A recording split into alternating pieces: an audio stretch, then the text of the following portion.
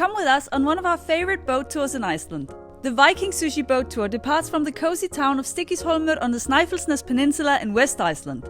The town is a 2.5 hours drive from Reykjavik, and the peninsula is the perfect destination for a weekend road trip filled with beautiful locations and fun activities.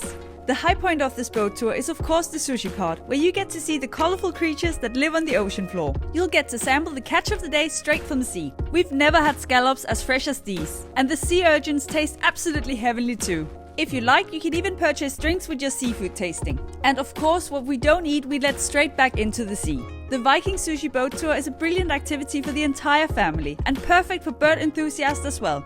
The 2-hour boat tour takes you close to the steep cliff sides and small islands in the fjord where the birds nest during summertime. This makes it a terrific opportunity to see puffins. It can be cold out at sea, so make sure to wear a windproof jacket, extra layers and warm accessories, even during summertime. Book this experience on guidetoiceland.is, where you'll find the biggest selection of tours and activities in Iceland.